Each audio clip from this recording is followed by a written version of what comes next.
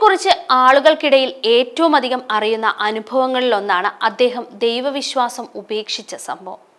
സഖാവിന് ഈശ്വരവിശ്വാസം ഇല്ലാതായത് എങ്ങനെയാണെന്നുള്ള ചോദ്യത്തിന് VSന്റെ മറുപടി കേട്ട് കണ്ണുനിറയാത്തവർ കുറവാണ്.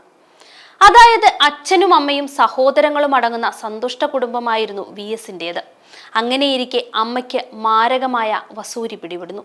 അന്നത്തെ കാലഘട്ടത്തിൽ പ്രതിരോധങ്ങളൊന്നും പ്രചാരത്തിലില്ലാത്തതിനാൽ ഓലപ്പുര കെട്ടി രോഗിയെ മാറ്റിപ്പാർപ്പിക്കലാണ് പതിവ്. അത്തരത്തിൽ VSന്റെ അമ്മയെയും മാറ്റിപ്പാർപ്പിച്ചു. എൻ്റെ അമ്മയെയും ഒരു പാടത്തെ പുരയിലാക്കി. ഞാനന്ന് നന്നേ ചെറുപ്പം.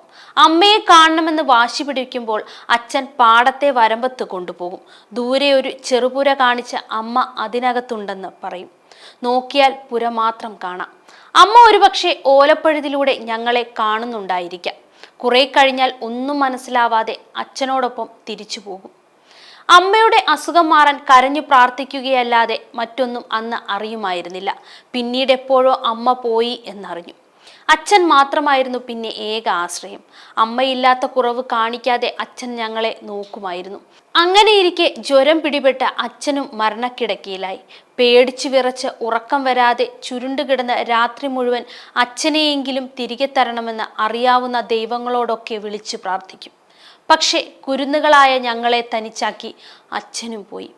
അന്നൊന്നും വിളി കേൾക്കാത്ത ദൈവങ്ങളെ പിന്നെ വിളിക്കേണ്ടെന്ന് തോന്നി. അതായിരുന്നു VS.